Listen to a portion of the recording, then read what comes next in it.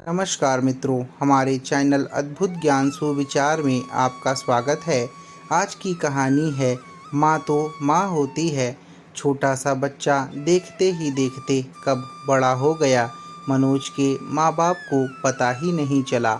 और गांव में अपने माँ बाप के साथ रहने वाले मनोज की नौकरी शहर में लग चुकी थी और वो अब शहर में रहकर अच्छा पैसा कमाने लगा था और शहर के राव रंग में ढलने लगा था। वह शहर में रहते हुए खुद को इतना बड़ा समझ बैठा कि अपने माँ बाप को बिना बताए उसने शहर की एक लड़की से शादी कर ली, जो कि उसी शहर में एक कंपनी में नौकरी करती थी।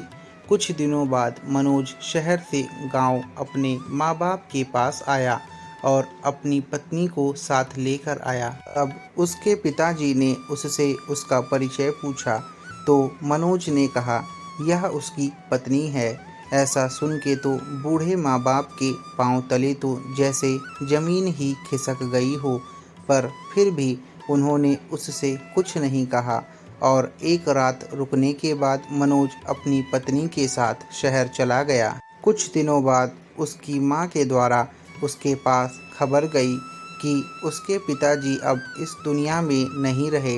और ऐसा सुन के वो तुरंत गांव आ गया और सारा क्रियाक्रम करके अपनी माँ को अपने साथ ले गया।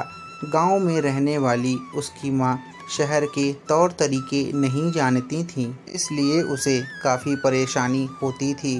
पर वो भी क्या करती, अब मनोज के सिवा उनका और कोई था भी नहीं।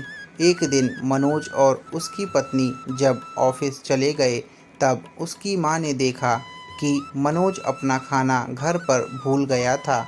तो माँ बिना देर करते हुए फटाफट उसके ऑफिस पहुँच गईं और पास में एक कुर्सी पर बैठ गईं। चूँकि कंपनी में बाहर के व्यक्तियों को अंदर जाना मना था, तो फिर बेटे को दिक्कत ना हो इसलिए बाहर गार्ड से फ़ोन करवा दिया। लेकिन मनोज अपने काम में बिजी था, तो वह बाहर नहीं आया। लेकिन उसकी माँ बाहर उसका इंतज़ार कर रही थीं। इस तरह कई घंटे बीत गए और लेकिन मनोज का कोई उत्तर नहीं आया। मनोज की माँ को चिंता होने लगी थी और उन्होंने गार्ड से कई बार फ़ोन करवा दिया। कई बार फ़ोन आने के बाद मनोज अंदर ही अंदर खूब गुस्सा होने लगा था। आज तो उसने तय कर लिया था कि आज घर जाकर माँ को खूब अच्छी तरह से समझा देगा कि यह उसका गांव नहीं है जो कुछ भी मनमानी करती रहेंगी। और इस तरह शाम हो गई। अब मनोज घर जाने के लिए कंपनी के बाहर निकला तो देखा उसकी माँ तो यहीं खड़ी है, जिसे देखकर उसका गुस्सा अब सातवें आसमान पर था और बिना कुछ पूछे ही अपनी माँ को डांटने फटकारने लगा और बोला कि पहले तो घर में अपनी गंवारों वाली हरकतों से परेशान करती रहती हो और अब उसकी कंपनी में भी आ गई हो।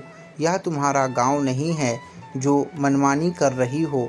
यह सुनकर मनोज की माँ ने खाने का टिफ़िन मनोज की ओर आगे बढ़ा दिया, जिसे देखकर मनोज को अब यह समझते हुए देर न लगी कि वह अपना खाना भूल गया था, जिसे देने के लिए माँ यहाँ आई थीं।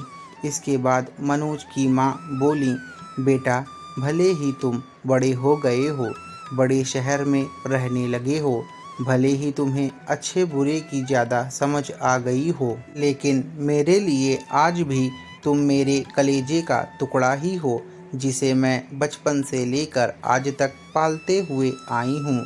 मनोज की अब आंखें खुल चुकी थीं कि आखिर उसकी माँ उसकी परवाह करते हुए खाना लेकर आई थीं, जिसे वह बिना सोचे समझे डांटे जा रहा था। अब वह अपने किए हुए बर्ताव और बोले हुए शब्दों पर बहुत पछता रहा था, जिसे देखकर माँ ने उसे एक बार फिर से अपने गले लगा लिया। और इस तरह मनोज ने अब आगे से खुद को माँ के लिए बदल लिया था।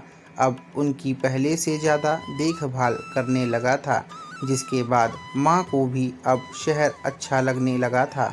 कुछ साल बीतने के बाद उसकी माँ भी इस दुनिया में नहीं रहीं और वह इस वाक़या को सोच के रोने लगा कि कैसे उसने अपनी माँ को गलत समझा था और उनको उल्टा बोला था। दोस्तों, कई बार ऐसा होता है कि हमें अपने माँ-बाप की कद्र उनके ज़िंदा रहते नहीं रहती और जब वो हमसे दूर हो जाते हैं तो उनकी कमी महसूस होती है, जैसे आज इस कहानी में मनोज को हो रही है। तो दोस्तों, आपको कैसी लगी ये कहानी हमें कमेंट में ज़रूर बताइएगा और अभी तक आपने हमारे चैनल अद्भुत ज्ञान सुविचार को सब्सक्राइब नहीं किया है तो सब्सक्राइब करें और बेल आइकन को दबाना ना भूलें।